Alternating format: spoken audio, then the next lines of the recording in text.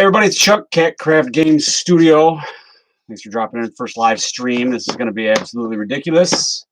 Testing out some new camera equipment, new microphone, and realizing that our lighting needs a desperate upgrade. It's good for crafting, good for building, good for writing, terrible for filming. So there it is. Today, let's talk about simple crafting projects, that is, that new DMs or players or anyone that doesn't want to go drop a couple $100 on a Proxon and 30 gallons of craft paint and 50 cubic feet of XPS foam, like Jeremy over at Black Magic Craft suggests. As awesome as this stuff is, you got to start somewhere, and these are a great place. This is a Dave Graffam paper crafting model. You can get them at drivethrurpg.com. Generally super affordable. Models start, I guess, around $3-4. PDF, generally multi-layered. You could change all of this stuff up. You go from a brick to a daub and wattle to a solid stone or field stone building here. Right now, Dave Graffam's got a sale. Almost all his models are about $1 a piece. So $1 for the PDF file that you download and print out. 110-pound card stock is the way I do it. X-Acto knife, razor knife, straight edge, Smileen's tacky glue. This is the stuff you want to use. You can use regular PVA glue like Elmer's or school glue. It's got a higher water content though. It wants to warp the paper. You can also have these printed out at like Office Max or FedEx or anything like that. But it gets kind of expensive, especially if you don't provide your own paper. You're looking, this 4-page model would probably run you somewhere in the neighborhood of $5 or $6 to print out. They like to make their money any way they can. So we have a pretty good Epson printer. Prints on matte paper rather than glossy. Glossy looks really nice. Just as easy to work with matte, but it shines really bad. Not just for filming, but on the table as well. So if you've got strange lighting in your game area, it's going to give you some weird shine. You're going to lose details, and it's just not going to be as cool. So this one in particular is the Curiosity Shop. We got 4 pages with a lot of accessories, some barrels, some boxes, sorts of dormers and windows. This is the footprint. This is going to be the size of the model when it's done. I pull out my ruler here. You can see that's going to have a footprint of about 6 inches by 3 3/4 or so. So you can pretty quickly and easily populate a table, even if you can only afford to buy a couple of models at one time. Just use the layers in Adobe, and you can pop out practically an infinite number of different models just off of 1 or 2 PDFs. So might as well get to it. We're going to skip a lot of this extra stuff. We don't really need, at least on my table, crates and barrels and stuff like that right now.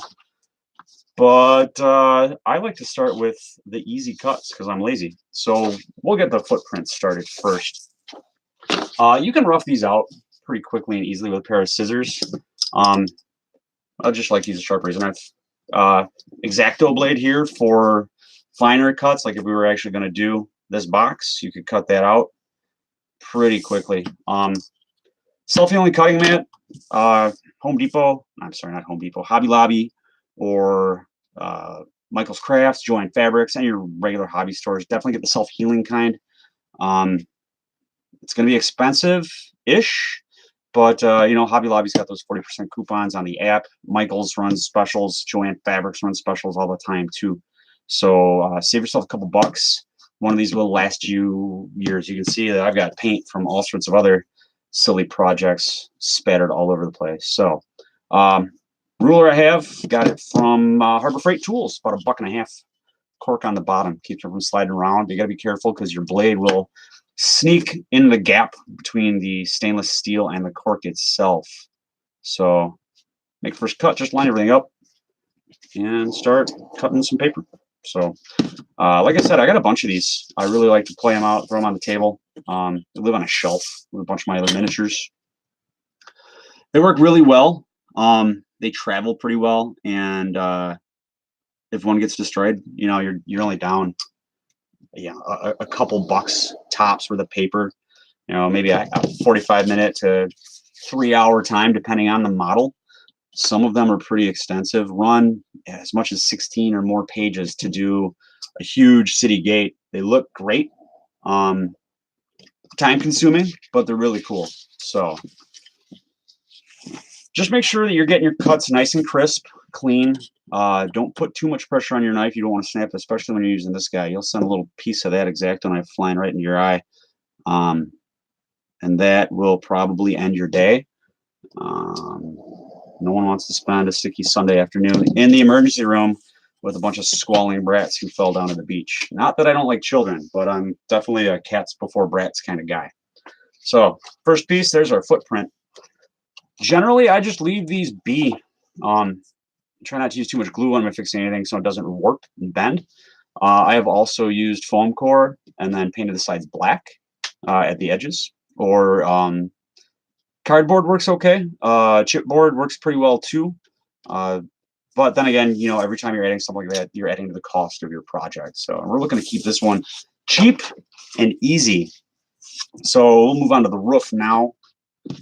A little more complicated. You can see we've got some dormer windows on the side here, some itty bitty shutters. You know, maybe I should have chosen a different model today. We had a good 10 hours of D&D here at the house yesterday. We may or may have consumed a good solid handful of adult beverages, which generally is just kind of the way we do things. On top of D&D, we are winemakers here, brewers, and we have a taste for the fine wares that you can pick up your local adult beverage supplier. Tank 7 from Boulevard Brewing yesterday was my beer of choice. Loved Saisons. It's a good time. Moved on to some Centennial IPA from Founders, which are also a very good beer, but man, I just got hit by those hops. I could only suck one down before I had to switch over to water to wash that funk out. So there it is.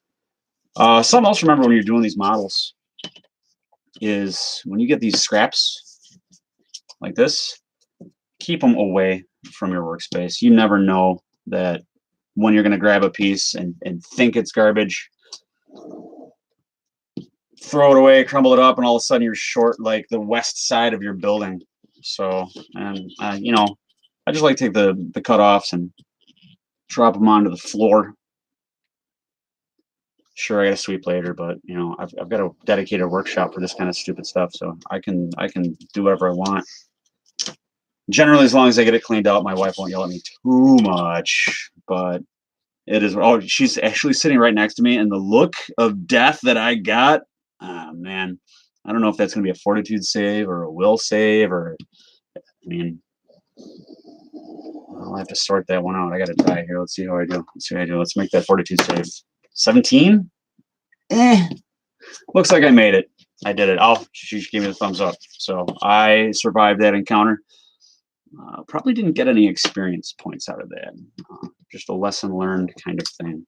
When you're recording, keep your trap shut, and especially if your wife's right next to you and you're talking smack about her. Generally, the best course of action. So, all right. So there's our roof cut out. You can see we're going to have our chimney over here. We're going to have our dormers over here, and these little guys are going to be a pain in the butt. So, large pieces like this, you can see the solid black line that runs through the roof. That's going to be our peak. Solid black lines that run here along the overhang of the roof. We're going to score those down the line, fold them over, and we'll dry fit before we glue them. I find a lot of times you got a little trimming right here and here when you fold your roof pieces through. So we'll cross that bridge when we get to it. Yeah. I don't even know if this guy has a bridge model. Probably does. He's got a couple ships. He's got just a boatload of fantasy buildings. Perfect for 28 millimeter gaming scale for your heroic scale miniatures. But just by resizing, and he's got a guide when you download the stuff. He's got a guide if you're playing a 15 millimeter miniature game. Guess what do we got there? It was there's a bunch of World War II games like that.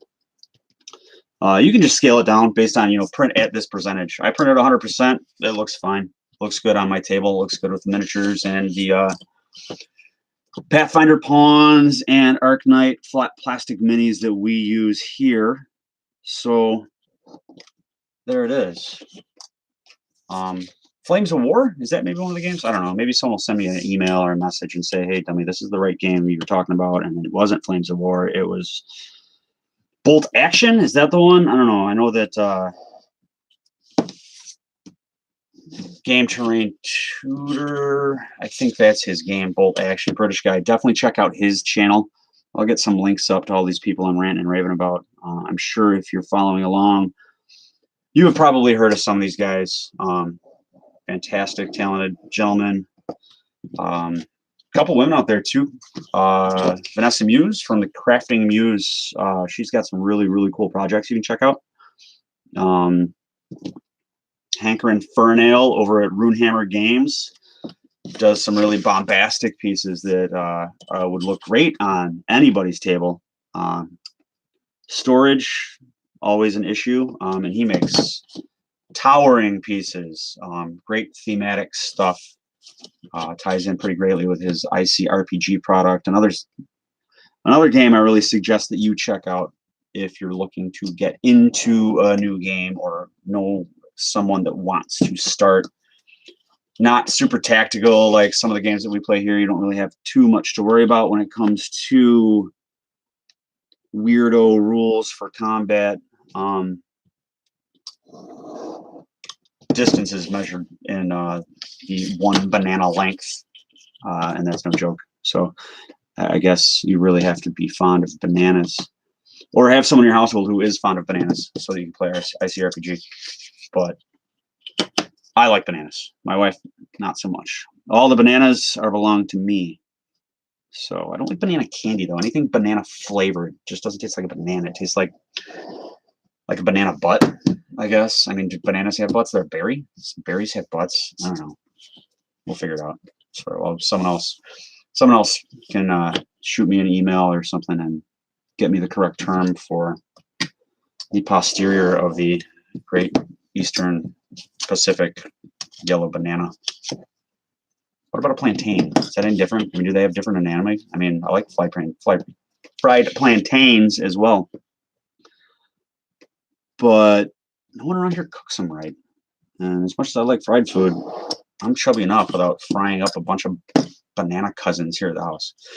So here you can see we got like this little notch we're going to have to cut out. I'm just going to rough that out. Oops. See, look at that. You get lazy, you get sloppy, and you tear shit. You ruin shit. Look at that. Right there. That notch came right out. Not the end of the world. It's all going to be hidden.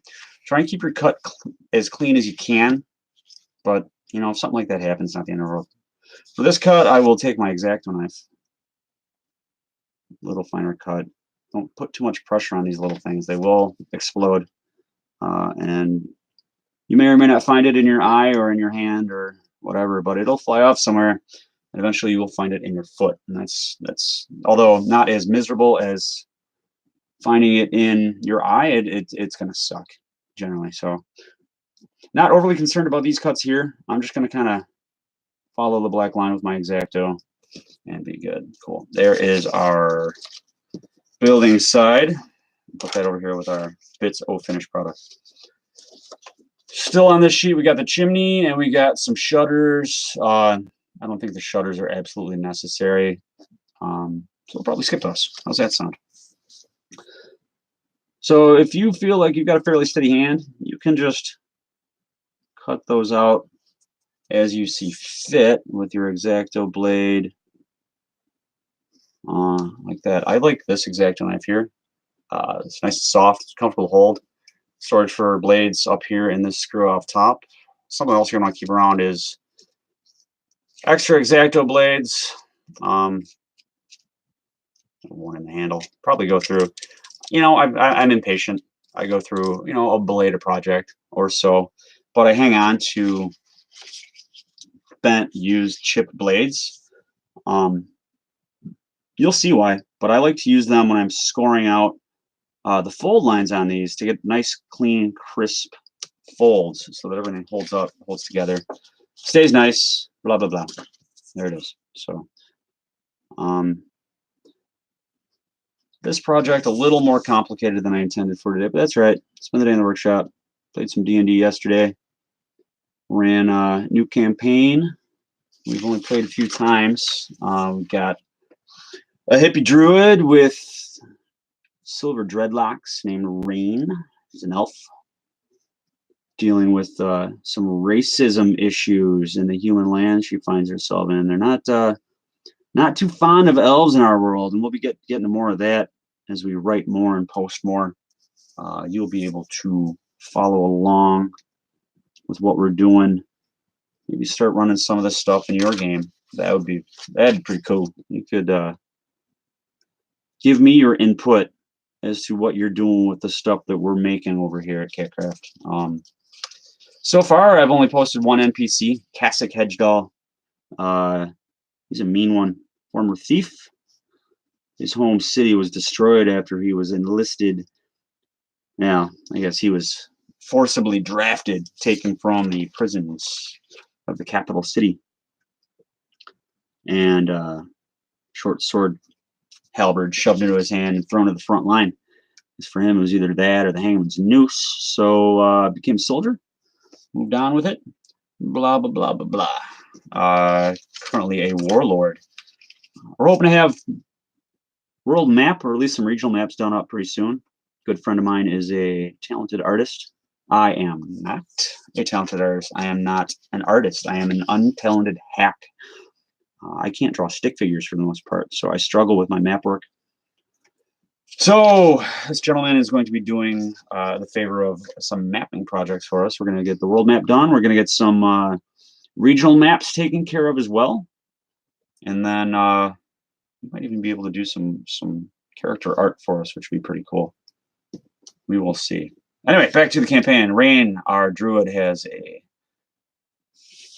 animal companion, a wolf named Balthazar. He is big and scary and mean, but he likes. He's a big friend of. Pardon me, a little water. Big fan of the paladin in our game. His name's Croatian. He was a big old orphan. His family, farmers, were killed in an attack by bears at their homestead. And Croatian was adopted and raised in a noble family. Became a paladin. Went and done rescued himself a bloodhound from a gang that was holed up at the riverfront in the city. And this bloodhound's name is Blue. That's B-L-O-O. At least that's what his tag said. Apparently his previous owner couldn't spell and misspelled blue as blue. So we got Croatian the Paladin. Good guy, does his best, noble, pious, drops a lot of loot off of the church. Is played by a friend of mine from work who is a relatively newcomer to the world of role-playing games and picked them up greatly. And much like the rest of us here, is very excited when game day comes around. Who else we got? We got Roosta, who is a gentleman, I use that term loosely, of dubious morals. A rogue who has recently crawled out of the sewer and the bottle to join Rain and Croatian. Rooster's 52 years old, missing an eye, and prefers to do his shopping without spending any money whatsoever, which is what he did yesterday in the marketplace that our heroes saw from across town was on fire. They went to put out fire, and it was being set by a group of ruffians, young teenagers, with torches and whale oil. Oh, bastards used those jugs of whale oil like Molotov cocktails and set Rain afire. Also set afire our noble warrior Glorion, who's being played by one of my oldest friends. Drives all the way up from Schaumburg, Illinois, to play here in beautiful southeastern Wisconsin. Not really beautiful today. It's hot and it's muggy and it's nasty, and that's why instead of sitting outside with a book or something, we're in the workshop where it's beautifully air conditioned. So you can see that I'm flipping back and forth between the utility knife and the X-Acto knife, and using and not using the straight edge. You don't really have to use the straight edge if you've got a fairly steady hand. The lines here are fairly thick, and cutting these tabs on the inside is pretty forgiving. You really want to worry about straight lines if you have to cut like this out. You know, this platform with a little pad of grass and stones, or this sign here, you want to make sure you get those nice and straight. A little bit closer for you. So that's going to be the sign that hangs outside of our building. So I would use the straight edge method there, but these tabs are they're assembly, so they're what we're going to glue our stuff together with. So as long as you're not hacking into it, you're going to be all right. It'll make a perfectly sufficient building. So yeah, so we got Rain, we got Rooster. Rooster also played by another newcomer to role-playing games, who rides down from Milwaukee, Wisconsin. Actually, West Allis, where Aggie's Bakery, greatest bakery in the whole wide world, is located. Not far from where our beautiful Wisconsin State Fair is held, where you can buy any type of food, fried. I think you can get fried butter and fried beer. I don't know. I mean, maybe I don't know, flash freeze the beer and then fried. I don't know. As much as I like beer, as much as I like fried food, fried beer just really, really does not at all sound like my jam whatsoever. Pardon me. Little chemical break. So now we're on to the little bits and pieces. Let's look at what we got left here. We got the dormers, the dormer roofs, the sign. This looks like it might be a little outhouse or something. I don't know. Oh, yep. We got an outhouse roof, and a pad for the outhouse. We'll probably skip the outhouse for now. Maybe we'll skip the sign for now. Let's focus on these dormers, because these are complicated cuts. Complicated, he said. So, you could use a ruler here. I'm not going to. I'm going to just be very, very careful with my X-Acto knife. Cut slowly with even pressure and get all this stuff done. Boom. Boom. Boom. Now, we're not going to get this fully assembled today because I've got other stuff to do. But I wanted to introduce everyone to these models. I am a huge, huge fan of stuff on the table to look at. Stuff on the table to think about during combat, or tactical maneuvering of any kind, be it, a burglary. Maybe someone's trying to break into this shop. Maybe your characters are. And it's easier for them to, I think, envision what they're going to do if they can see a physical thing in front of them. I know a lot of people, especially now that more and more games are being streamed online, a lot of people are fond of theater of the mind, and I think that's cool. I do a lot of theater of the mind, and I definitely think it's easier for people streaming, because they don't have to multi-cam it up and have a camera on their battle mat or their terrain, and a camera on each player, and a camera on the DM, and it just becomes difficult to manage, I guess. So theater of the mind is cool. It's fun, especially if you have a talented dungeon master, or a dungeon master who's willing to put in the effort to really get those descriptions on point. And for if your players are willing to go the extra mile and and really describe, this is what my character's going to do. That's when theater of the mind works the best.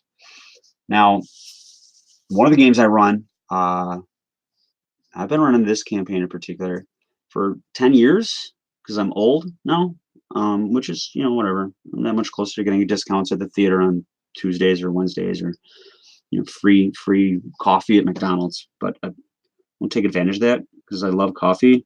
The McDonald's coffee is just terrible. It's undrinkable swill. It tastes like hot brown water. I don't know, somewhere between hot brown water and microwave dishwater. So, I mean, it tastes better than hamburgers. Those are terrible. So, anyway, 10-year-old campaign. One character, he's a good buddy of mine. He was a groomsman in the wedding. I've known him for forever and a day. But as much as he likes to play and as much as he's present at the table, he's not really keen on role playing. And that's fine. Everyone plays the game their way.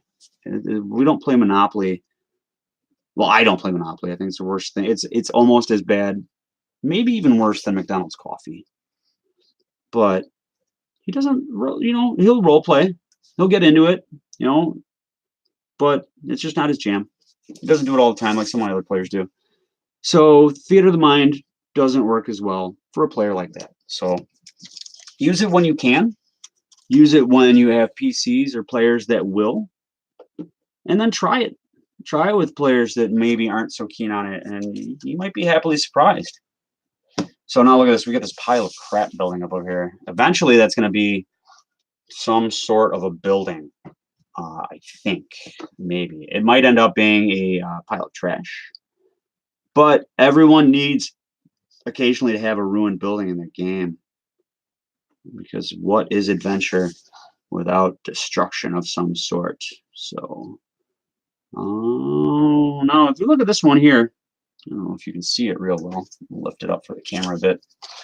Not a lot of room to work between that dormer and its roof. So be very careful if you're working on this model to, get a good clean cut there.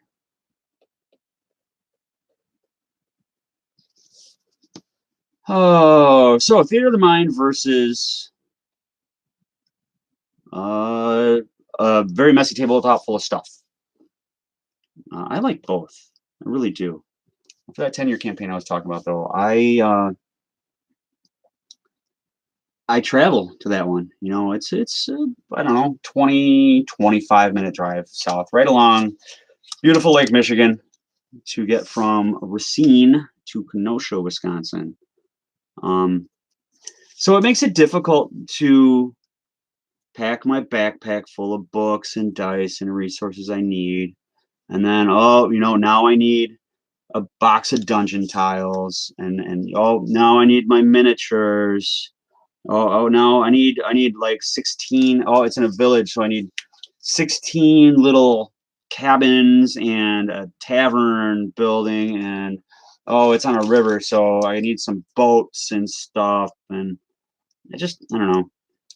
Draw it on a battle map. We've got a custom table we built. We use a 1-inch hex grid rather than squares. Dry erase markers, wet erase markers. It's a plexiglass surface. That works fine too. So, I mean, whatever is going to get your game going. Oh, almost threw it away. Still got to cut this out. That would have been terrible. It would have been short a window. But I warned you about that too.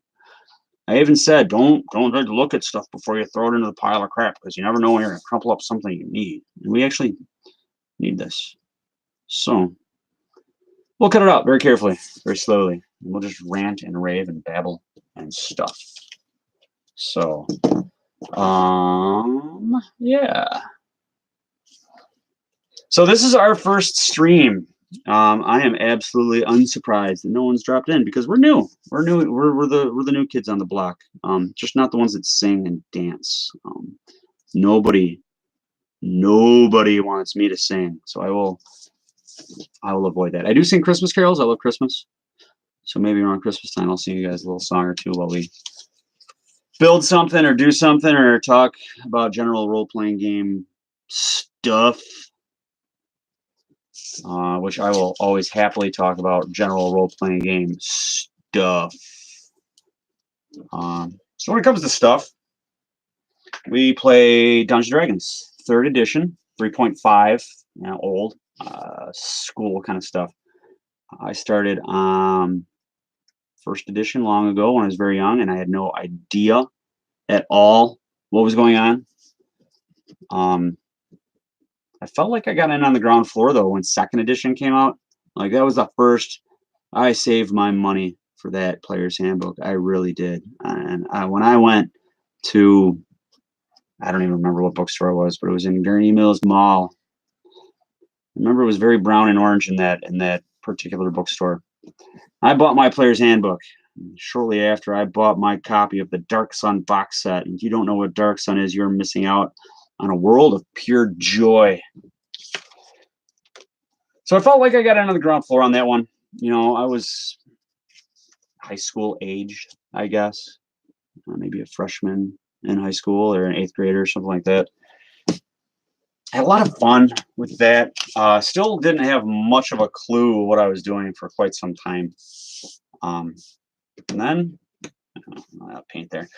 And then 3rd edition came out, and I was an adult-ish, I guess, and had kind of a job that I could earn some money. So I started gobbling up those books.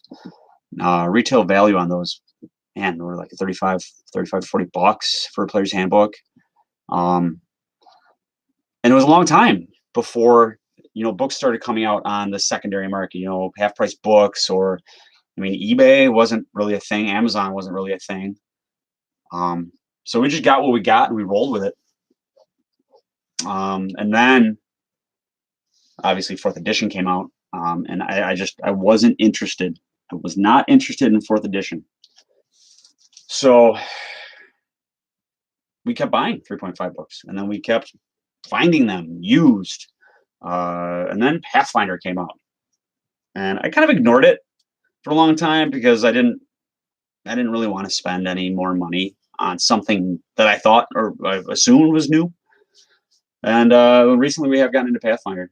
Gen Con 2018, we just got back from a few weeks ago, played the first 5th edition game. That was super cool. So I want to show you guys a little difference here. This is one of the models made out of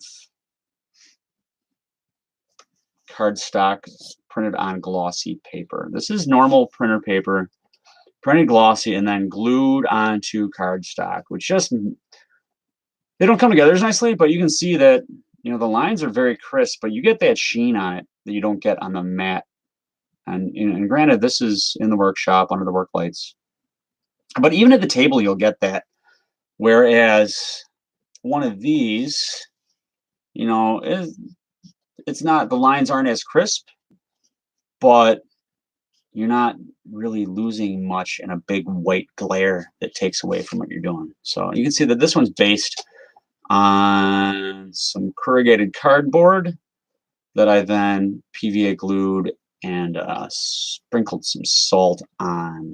No, salt, some sand on. So, that's right. They're cool. And this is the kind of thing that you can make. Again, this model cost me $1. This is a layered one too. I believe that you can get 15 or 20 houses off of, depending on what you want to do. Obviously, if you have 15 or 20 of these on your table, you've got a bunch of tall, skinny people that live in your city. Some kind of, some weird Doctor Who D&D game. Better. Anyway, there it is. So I'd like to hear from you guys. Later, if you're watching this, shoot me a message. What game do you play? If you're getting something like this built for your tabletop, what game are you playing?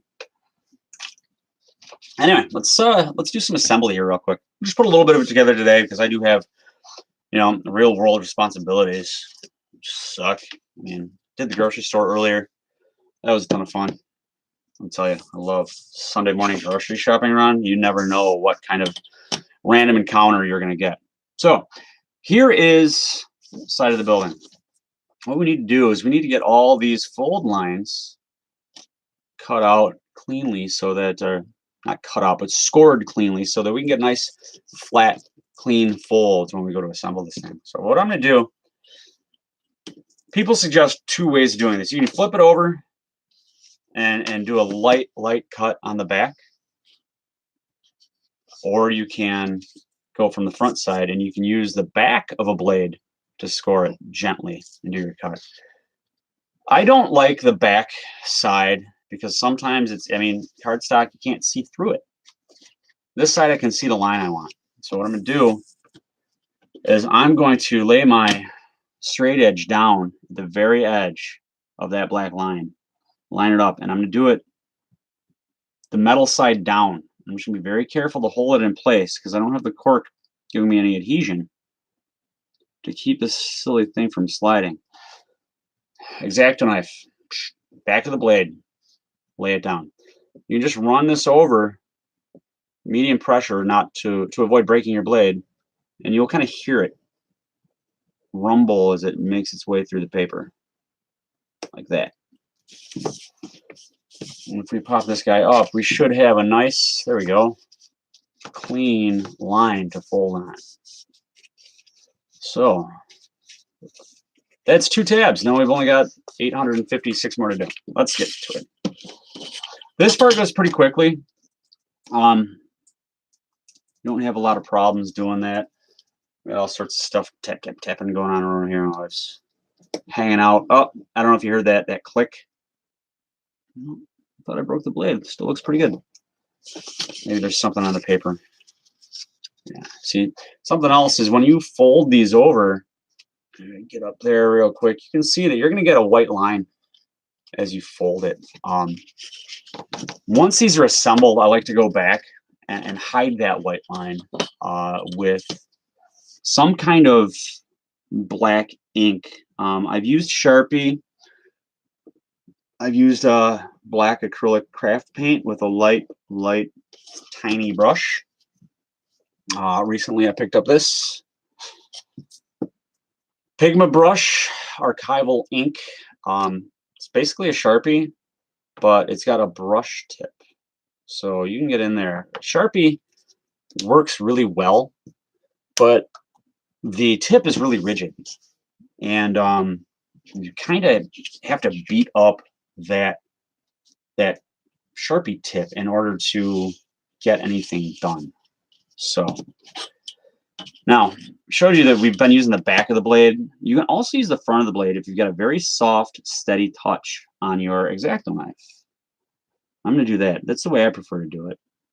Something else is this blade does have the tip busted off a little bit, so you're not going to need to put a lot of pressure on there to get that cut. You only want to go a little bit of the way through the paper. Just give yourself a nice score line, just like that.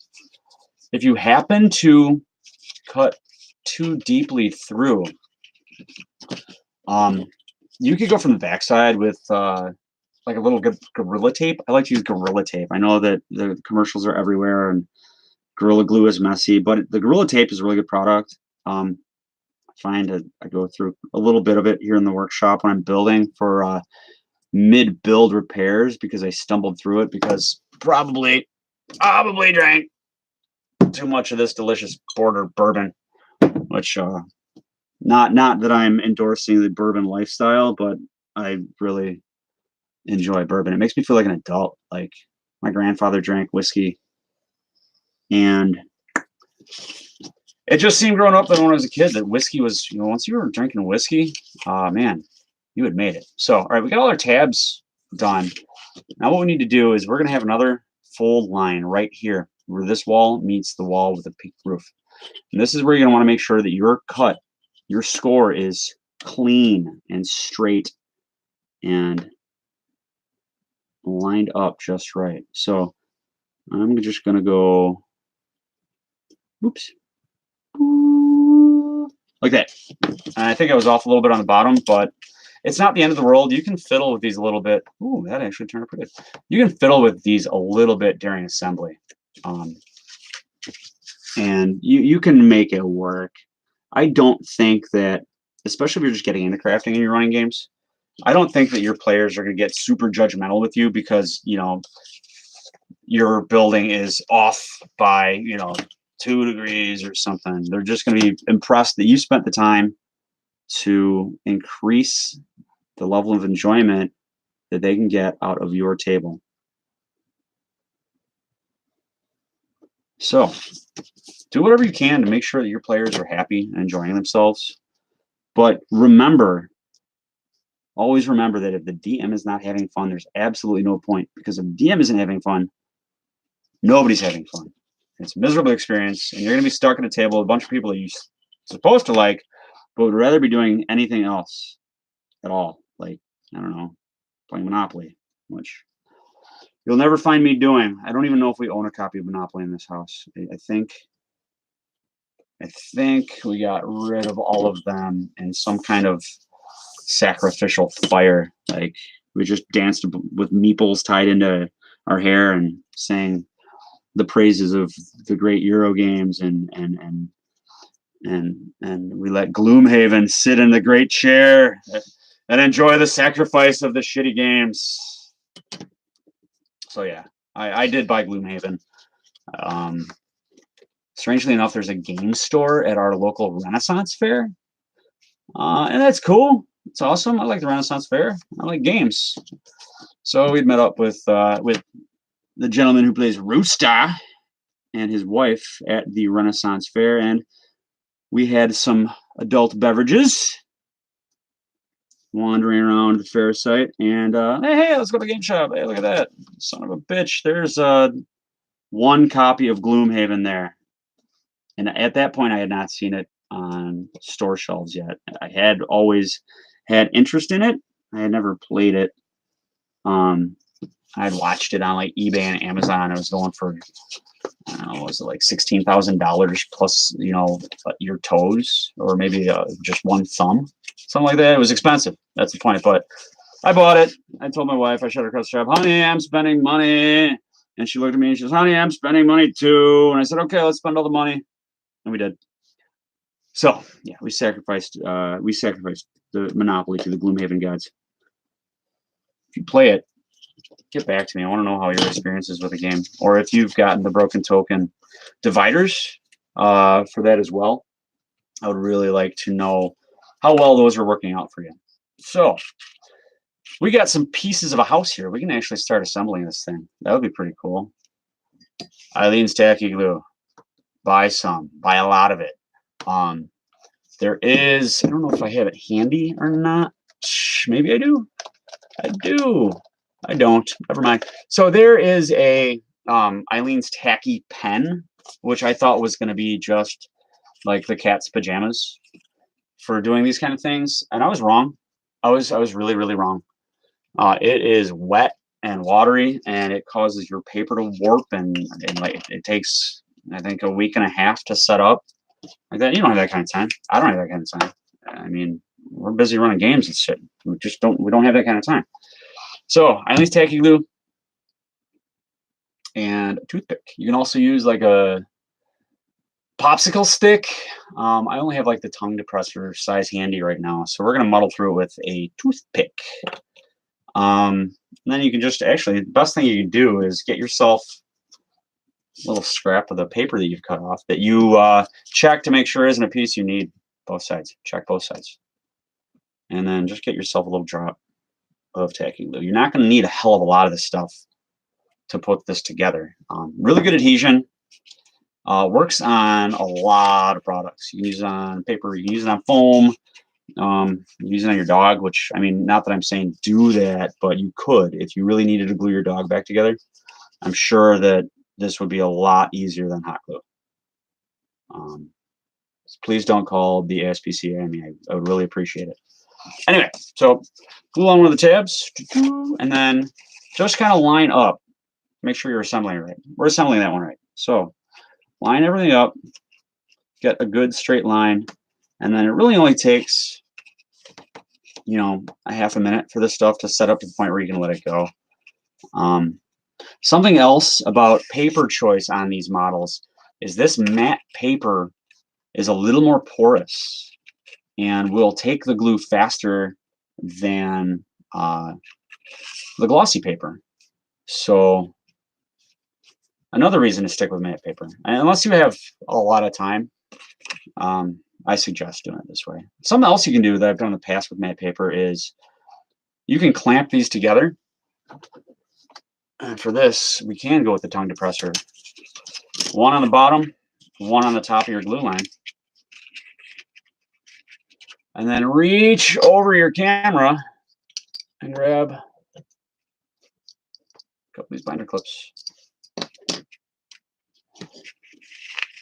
Try not to clip the paper, but clip the binder clips to this. And it'll hold enough pressure on there that you can be good to go. So you can move on to different parts of the project at this point. If we wanted to start working on the roof, or if we wanted to start working on some of these barrels. I mean, some of these have a lot of accessories you can use, carts and sacks of flour and piles of firewood, blah, blah, blah. I mean, all sorts of insane stuff. So there is that. We have a long stretched out house. Shop. Curiosity shop. It's very curious. So go back to your dab of glue here. Looks like we might need a little bit more. And just dab, dab, dab. Yeah, we're going to need a little more.